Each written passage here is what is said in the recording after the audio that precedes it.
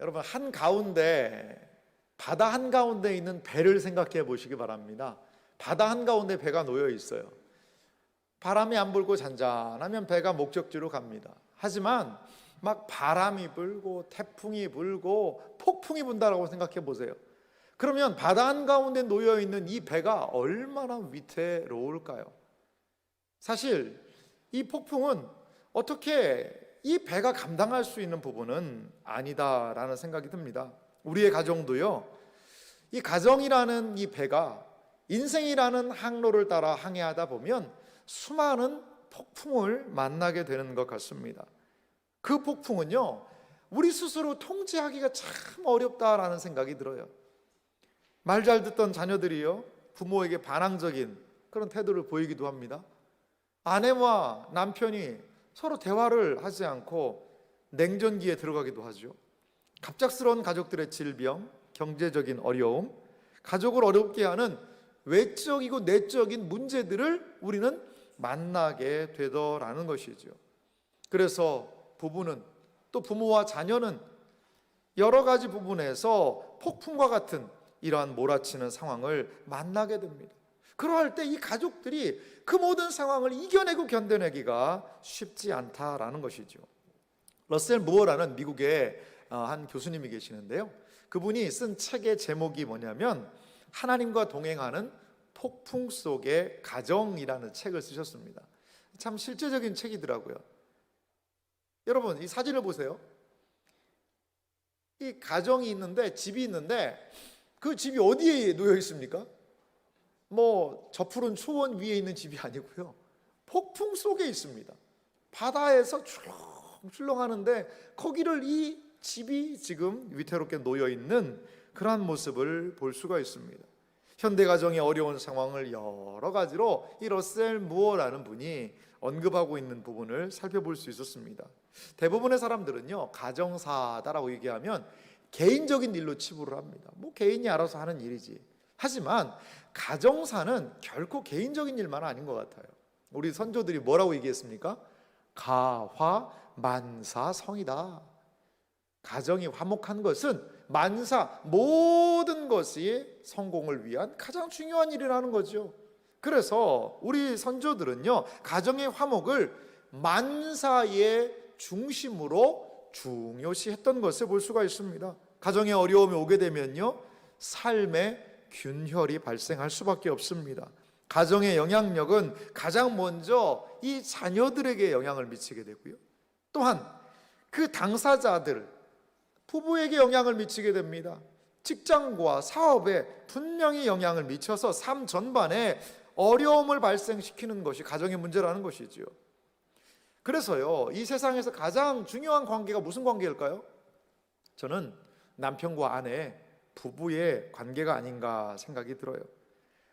하나님께서 짝지어 주신 남편과 아내가 서로에 대한 신의를 지키고 하나님의 뜻대로 온전할 수 있다면 그거보다도 아름다운 것이 어디 있겠습니까? 인생에 만나는 수많은 폭풍들도 그 아름다운 가정은 넉넉히 이겨 나가게 될 줄 믿습니다. 오늘 우리에게 주신 이 하나님의 말씀에 우리는 귀를 기울이기를 소망합니다. 지난주에 아내들아라는 그 말씀을 통하여 우리 아내들에게 말씀을 주셨다면, 오늘 이 시간에는 남편들아라는 말씀으로 우리가 어떤 말씀에 귀를 기울여야 할지를 말씀하고 있습니다. 지난주에 어떤 분이 그런 얘기 하시더라고요. 그 아내들아라는 설교를 듣고 자기 아내에게 좀 설교를 좀 몇 번 더 들어봐라, 이렇게 얘기를 했다는 분이 계시더라고요. 아내들이 아마 오늘 설교를 또 손꼽아 기다리지 않으셨을까 생각이 들어요. 우리만 왜 하나님의 말씀을, 어려운 말씀 들어야 되나? 남편들도 들려주시오. 그래서 오늘 남편들을 향한, 이건 우리 모두를 향한 말씀이죠. 또한 믿지 않는 그러한 남편을 둔 가정, 또 여러 가지 부분에서 어려운 가정들도 과연 그리스도인 남편은 어떠한 존재이어야 할 것인가를 하나님의 분명하고 명확한 말씀을 통하여 함께 살펴보기 원합니다. 남편들을 향한 첫 번째 권면이 있습니다. 그것은 이와 같이라는 말씀으로 시작을 합니다. 오늘 본문에 보면요, 남편들아 이와 같이로 시작을 합니다. 이와 같이라는 말씀은 어떤 의미가 있을까요?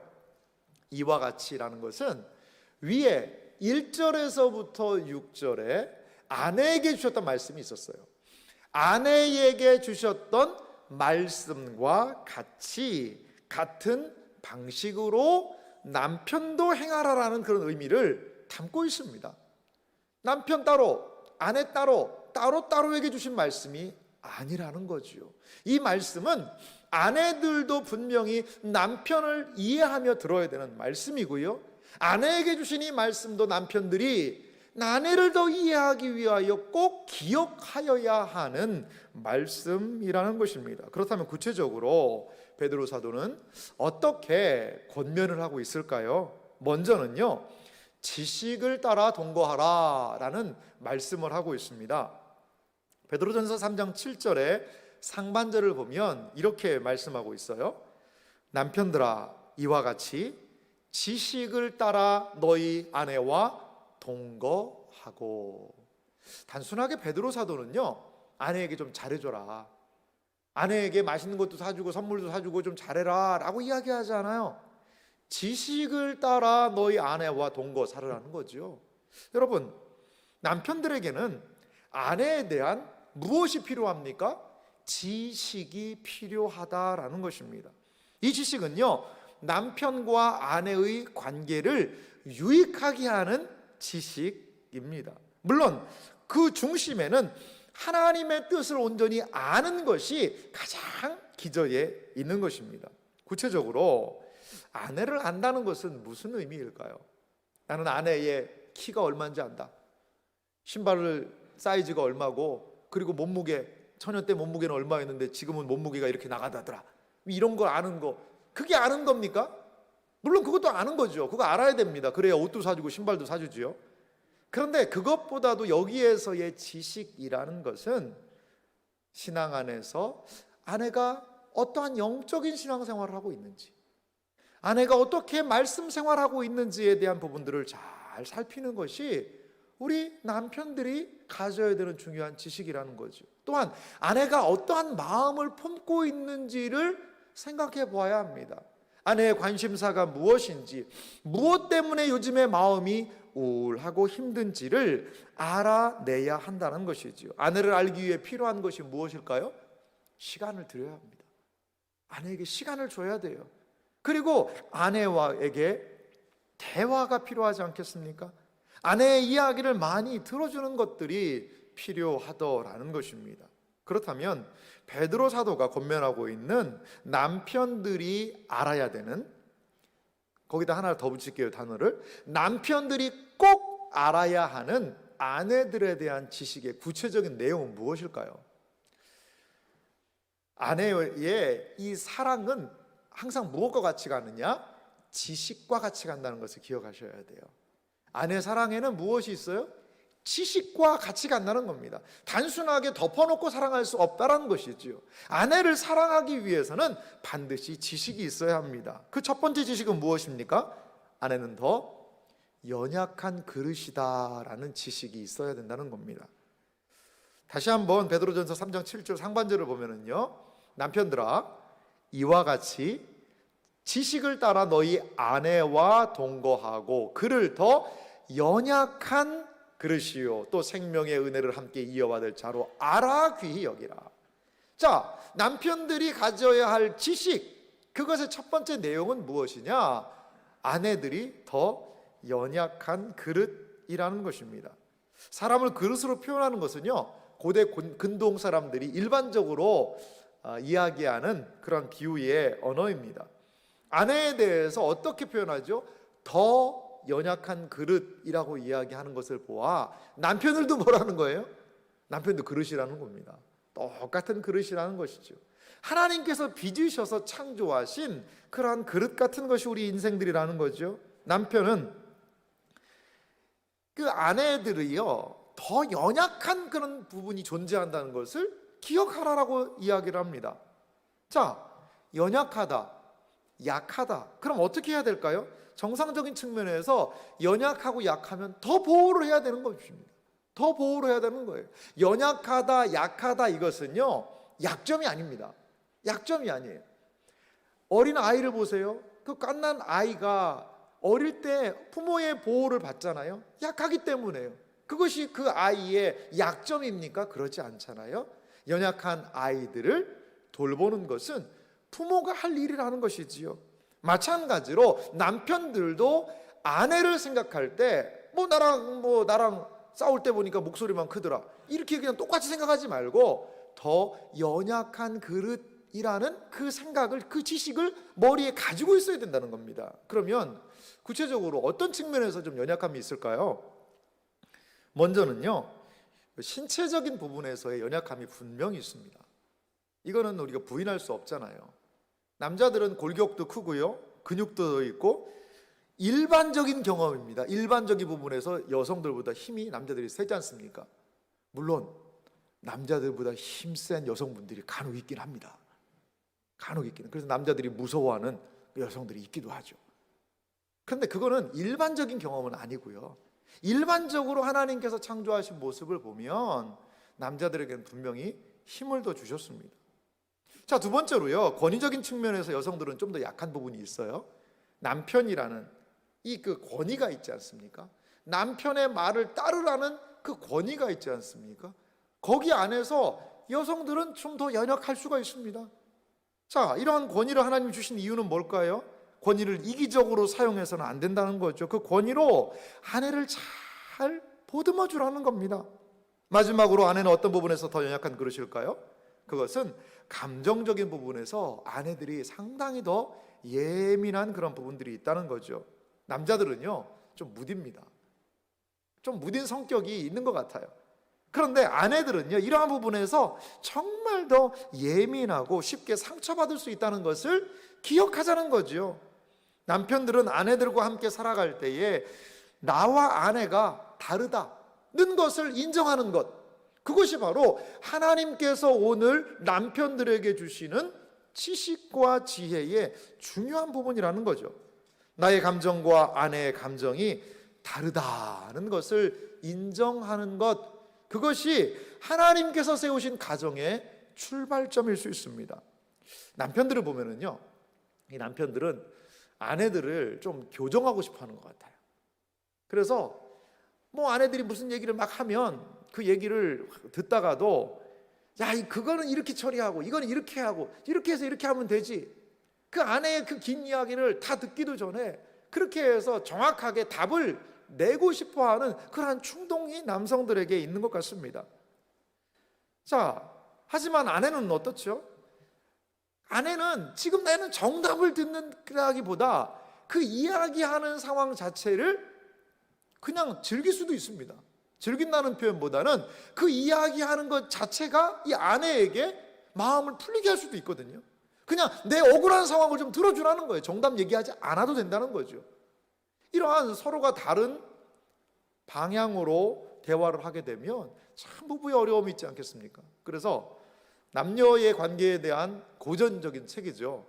화성에서 온 남자, 금성에서 온 여자라는 책이 있습니다. 남자들은 어디서 왔어요? 화성에서 왔다는 거예요.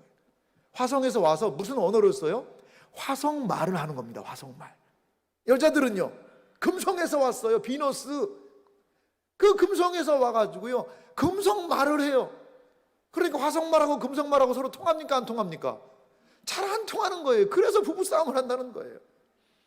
여자들은 나를 좀 알아달라고 막 이야기를 하는데, 남자들은 문제를 해결하려고 그걸 이렇게 하라고 저렇게 하라고 그러면 여성들의 마음이 나를 왜 몰라주나, 그러고 마음이 상해지는 거죠. 그럼 남자들은 아니 왜 그러는 거야? 내가 정답을 얘기해 줄 줄 아냐는 거예요. 왜 기분을 나빠하냐 이거예요. 이러한 서로 화성말 금성말로 서로 이게 잘 안 되는 부분들이 있습니다. 오늘은 남편들에 대한 말씀을 하니까요, 여러분, 남편들이요, 아내가 이야기할 때 그 아내의 말을 좀 잘 들어주시기 바랍니다. 이 내 본성은 지금 이 문제에 대해서 이렇게 하고 저렇게 해서 이렇게 하고자 하는 말이 여기까지 올라온다 하더라도 조금 인내하면서 재밌고 좋은 얘기를 하면 우와 대박 한마디 하시면 돼요. 그럼 아내들이 얼마나 좋아하는지 몰라요. 그리고 뭔가를 막 이야기를 해요. 그러면 그렇게 이렇게 하고 치아프라 이렇게 하지 마시고, 아 그랬나, 넋으로 마음 아팠겠대. 뭐 이런 거. 아유, 제가 이게 참 저도 좀 익숙하지가 않네요, 이게. 그랬나? 아이고, 많이 힘들었겠다. 야, 누가 그렇게 당신을 힘들게 하나 모르겠다. 진짜 속상했겠다. 그 두 마디만 한번 해보세요. 그러면 아마 지금보다는 훨씬 더 관계들의 개선이 이루어지게 될 줄 믿습니다.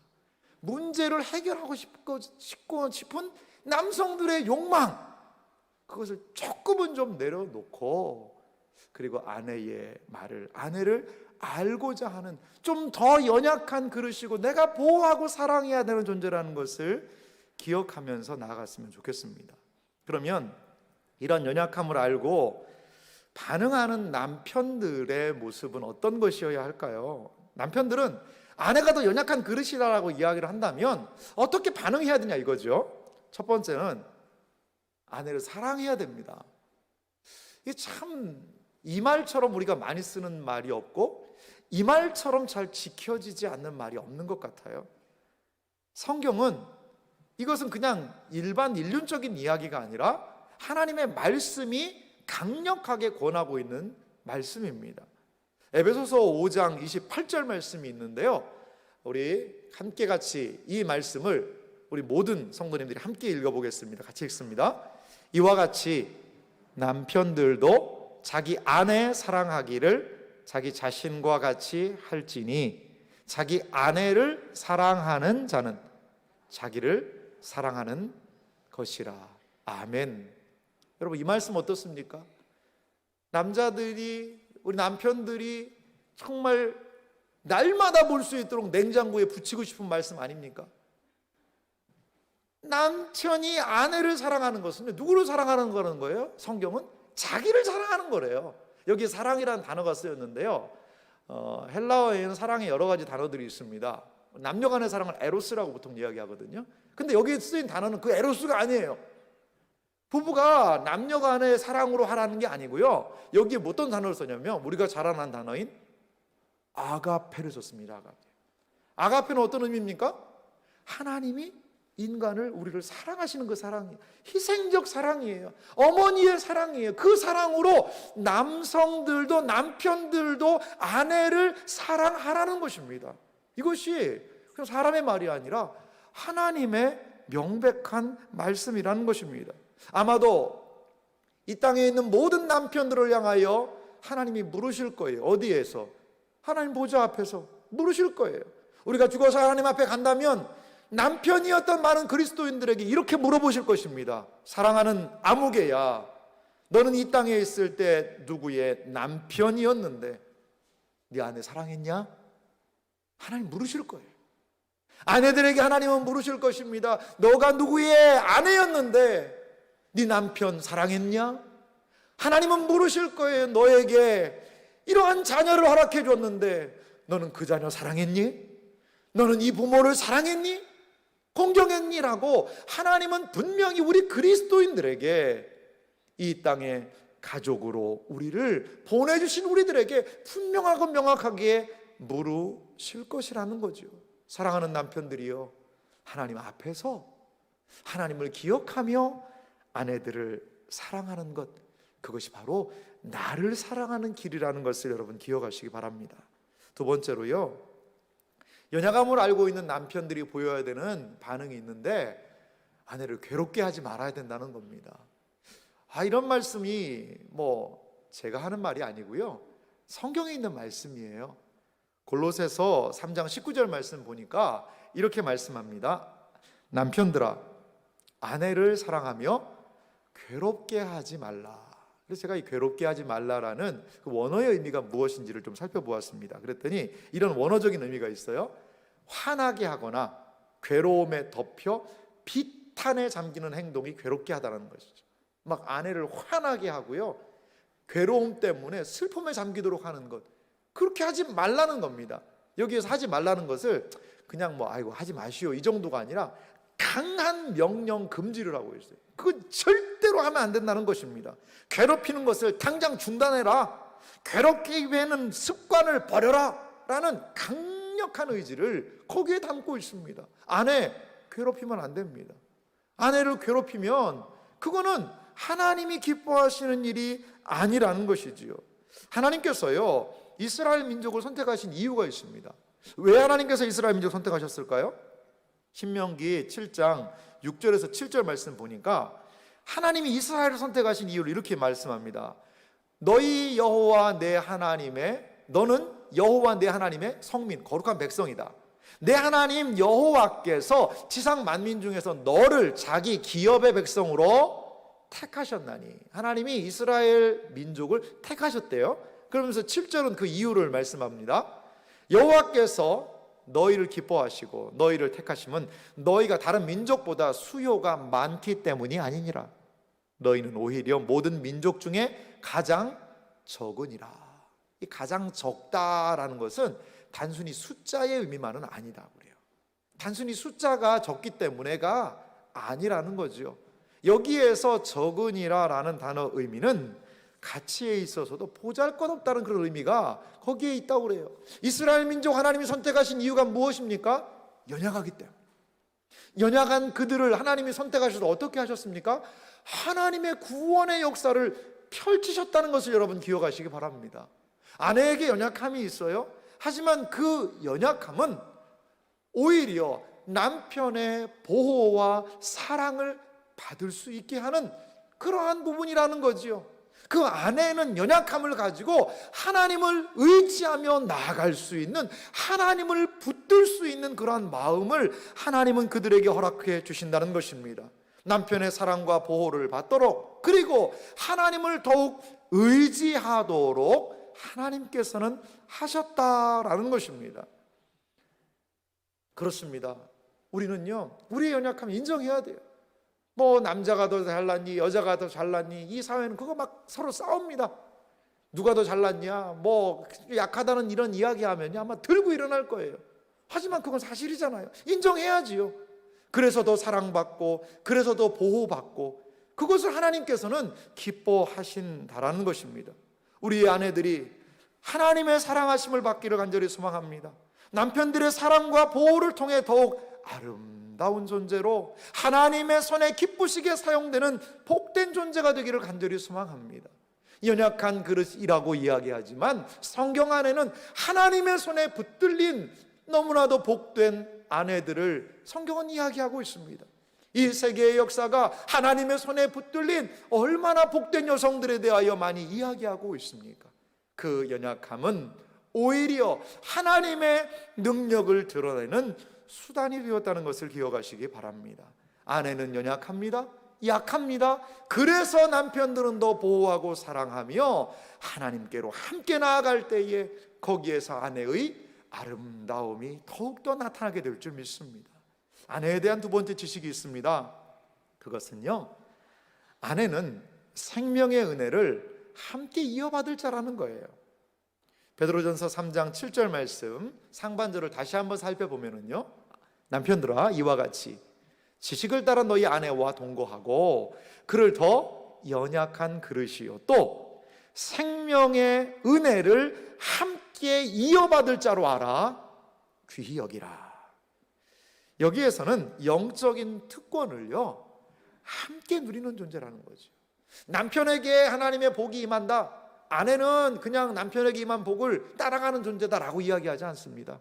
하나님께서는요 남편과 아내에게 공동으로 동일하게 하나님의 복을 주시겠다는 겁니다. 생명의 은혜를 함께 이어받는 동등한 존재라는 거죠. 갈라디아서 3장 27절과 8절을 보니까 우리를 이렇게 보고 있습니다. 누구든지 그리스도와 합하기 위하여 세례를 받은 자는 그리스도로 옷 입었느니라. 누구든지 이렇다는 거죠. 그러면서 28절은 누구든지가 누군지를 말합니다. 너희는 유대인이나 헬라인이나 종이나 자유인이나 남자나 여자나 다 그리스도 예수 안에서 하나이니라. 할렐루야. 여기서의 하나라는 것은 동등하다는 뜻이 있어요. 하나님은 남자와 여자를 차별해 두지 않으십니다. 심지어는 종이나 자유인까지도 구원의 영역, 은혜의 영역에서 차별하지 않으신다는 겁니다. 동일하게 그리스도로 옷 입었다는 것입니다. 그리고 오늘 성경 본문에서는 남편과 아내가 동등하게 하나님의 영적인 은혜들을 상속한다라는 것입니다. 남편과 아내는 하나님의 복에 대한 공동 상속자가 된다는 겁니다. 하나님께서 주시는 생명의 은혜의 구체적인 내용은 무엇이 있을까요? 먼저 우리가 이 생명의 은혜에 대해서 생각해 볼 수 있는 것은요, 구원의 복입니다. 남편과 아내가 함께 하나님을 섬길 때에 그 가정에게 임하는 가장 큰 은혜는 구원의 복입니다. 하나님의 놀라운 구원의 역사가 그 가정에 깃들고 하나님의 은혜가 그 가정에 스며드는 이 구원의 놀라운 은혜가 임하게 된다는 것을 여러분 기억하시기 바랍니다. 하나님께서는 하나님을 경외하는 그 가정에 반드시 구원의 은총을 쏟아 부어 주실 줄 믿습니다. 또한 두 번째로요, 생명의 은혜는 무엇이냐? 이 땅에서 분명히 하나님이 이 가정을 통해 누리는 복을 허락해 주신다는 거죠. 생명의 은혜가 아내와 남편에게 공동으로 주어지는 것을 통해 이 서로를 존중하게 되고요, 서로가 어떻게 되느냐? 서로를요, 복의 통로로 바라봐야 돼요. 남편에게 있는 그런 좋은 것들은 어디를 통해서요? 아내를 통해서 오게 된다는 거죠. 또한 이것은 반대도 생각할 수 있어요. 아내에게 좋은 것은 남편을 또한 통해서 올 수 있다는 거죠. 왜냐하면 남편과 아내는 하나님의 복에 대한 공동 상속자이기 때문에 그렇습니다. 자, 남편들이 아내를 어떻게 바라봐야 될까요? 하나 이 예를 한번 들어보겠습니다. 아내의 아빠, 아버지, 장인이죠, 장인이요. 장인 어르신이 좀 극단적인 예를 들어볼게요. 이 자산이 한 1,000억 정도 있어요. 1,000억. 요즘에 100억도 별로 안 놀라셔가지고 1,000억으로 좀 바꿔놨습니다. 1,000억이 있어요. 1,000억이. 장인어른이 1,000억을 좀 가지고 있어요. 그런데 이 장인어른이 오늘 내일 하세요. 오늘 내일 하세요. 오늘 내일 하신다는 거예요. 오늘 내일 하시는데 이제 그 1,000억 돈을 어떻게 하겠어요? 상속을 해줘야 될 거 아니에요. 뭐 자녀가 10명, 20명 있는 것도 아니고 자기 아내가 무남동료 외딸이에요. 외딸. 세금 띄고도 500억이 남아요. 예? 그거를 이제 장인어른 오늘 내일 하면 아내가 상속을 받는다는 거예요. 그러면 남편이 아내를 어떻게 바라볼까요? 제가 극단적인 예라고 얘기를 했습니다. 너무 그렇게 물질적으로 보지 마세요. 아마 좀 다를 거예요. 자기 요즘에 뭐 필요한 거 없어? 내가 좀 설거지도 좀 해줄게. 여러 가지로 좀 아내 바라보는 눈빛이 달라지지 않을까요? 그러지 않으리라고 믿습니다. 그럴 거 아내도 아내 잘 평상시에 해주시리라고 믿어요. 조금은 달라질 거예요. 무엇 때문에? 아내가 유산을 받는 것이 남편에게도 좀 인지가 되지 않겠습니까? 그런데요, 오늘 성경은 무엇을 얘기하냐면 아내들이요, 하나님이 주시는 유산을 받는다는 거예요. 하나님이 복을 주시는데 그 복을 아내들에게 공동 유산으로 주시겠다는 겁니다. 하나님의 아름다운 복이 동일하게 아내를 통하여 남편들에게 임한다라는 것을 남편들이 기억하라는 겁니다.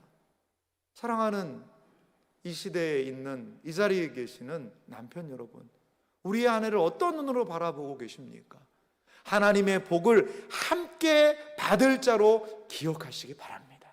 아내가 행복할 때의 그 행복이 또한 나의 행복이 될 수 있다는 것을 우리는 반드시 기억하여야 한다라는 것입니다.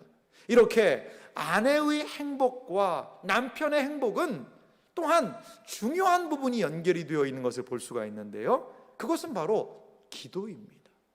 오늘 에베소서 3장 7절 하반절 말씀이 상당히 좀 독특한 말씀을 하고 있는데요, 3장 7절 하반절은 이렇게 이야기합니다. 이는 너희 기도가 막히지 아니하게 하려 함이라. 남편들에 대한 이야기를 하면서 마무리를요, 기도가 막히지 않는다는 이야기를 합니다. 여기서 기도가 막힌다라는 그 단어를 썼는데요, 아내와의 관계가 막히면 하나님과의 기도가 막힌다는 거예요. 여러분, 기도만큼 영적인 게 어디 있겠어요? 기도만큼 영적인 게 어디 있겠습니까? 아내와의 관계가 막히면 하나님과의 관계가 막힌다라는 그런 의미가 있습니다. 이 막힌다의 원어적인 의미를 보니까 이게 합성어더라고요. 합성어인데 뭐의 합성어냐? 아내라는 뜻이 있고요, 자르다라는 그런 두 단어가 합쳐져 가지고 길 가운데를 막아서거나 중간에 끼어들므로 이 진행을 방해한다라는 의미가 이 막힌다라는 뜻입니다. 그러니까 남편이 기도를 하는데 그게 기도의 진행이 방해가 되는 거예요. 두 가지 생각해 볼 수 있습니다. 우리는 부부싸움하고 여러분 기도가 잘 됩니까? 남편들? 아내하고 심하게 다툰 다음에 기도하려면요, 기도가 막힙니다. 이거는 경험적으로 알 수 있는 것 아니겠어요? 또 하나, 나는 아내와 싸워도 기도 잘 된다. 그러면요, 하나님이 그 기도를 막으신다는 것도 있어요. 하나님께서 그 기도를 듣지 않으신다는 거예요. 이건요, 저는 반대로도 생각할 수 있다고 봐요. 남편하고 싸우고 아내가 기도가 잘 될까요? 그러지 않습니다. 그러지 않아요. 우리는 그 온전한 관계 안에서 온전한 하나님께로 나아갈 수 있다는 것을 기억해야 합니다. 시편 66편 18절은 말합니다. 내가 나의 마음에 죄악을 품었더라면 주께서 듣지 아니하시리이다. 내 안에 죄악이 있으면 내 기도를 하나님이 안 들으신다는 거예요. 사랑하는 성도 여러분, 혹시라도 지금 기도가 막혀 있습니까? 막힌 아내와의 관계, 막힌 남편과의 관계, 막힌 자녀와의 관계, 막힌 부모와의 관계를 먼저 생각하셔야 됩니다. 남편들은 기도가 막히지 않기 위해서라도 아내를 사랑하고 아내와의 관계를 뚫어내야 될 줄 믿습니다. 그래야지만 우리 영혼이 살고, 기도를 하지 않는데 어떻게 가정을 세울 수가 있겠습니까? 기도가 막히는데 어떻게 그 가정이 세상과 구별된 가정으로 우뚝 설 수 있겠습니까? 이 시대의 남편들이요, 기도의 자리로 나아가야 합니다. 기도로 가정을 세워 나아가야 될 줄 믿습니다. 그래서 디모데전서 2장 8절은 남자들에 대하여 이렇게 이야기합니다. 그러므로 각처에서 남자들이 분노와 다툼이 없이 거룩한 손을 들어 기도하기를 원하노라. 남자들 기도해야 합니다. 우리 금요일 날 얼마나 기도하기 좋은 환경입니까? 금요일에도 와서 가정을 세우기 위해서라도 기도해야 됩니다. 기도가 혹시라도 막혀 있습니까? 이 막힌 관계를 뚫을 수 있는 힘을 달라고 하나님께 기도해야 됩니다. 여러분, 우리의 가정은 무엇으로 세울 수 있나요? 아내와 남편의 기도로 우리의 가정이 세워질 수 있다라는 것을 기억하시기 바랍니다. 사랑하는 성도 여러분, 성경이 말하고 있는 것이 무엇일까요? 아내와 함께 즐겁게 살기를 성경은 우리에게 권면하고 있습니다. 하나님께서는 아담 혼자 사는 것 하나님 보시기에 좋지 않다고 그러셨어요. 그래서 하와를 아담에게 이끌어서 둘이 함께 살게 하셨지요. 솔로몬은 인생에 관한 많은 지혜를 깨달았습니다. 그리고 잠언 9장 9절을 통하여 이렇게 우리에게 권면해 주고 있습니다. 내 헛된 평생의 모든 날, 곧 하나님이 해 아래서 내게 주신 모든 헛된 날에 내 사랑하는 아내와 함께 즐겁게 살지어다. 그것이 내가 평생에 해 아래서 수고하고 얻은 내 몫이니라. 아내와 즐겁게 행복하게 사는 것은 하나님께서 기뻐하시는 뜻이라는 것을 기억하시기 바랍니다. 부부가 아내의 순종을 통하여, 남편의 사랑을 통하여, 이 섬김을 통하여 하나님 앞에 온전하게 세워질 때에 어떠한 이 땅에서 만나게 되는 가정의 폭풍을 만난다 하더라도 그 폭풍을 하나님 안에서 넉넉히 이겨낼 줄 믿습니다. 이러한 복된 믿음의 가정이 되시기를, 하나님을 인정하는 그 가정이 되시기를 주님의 이름으로 축원합니다.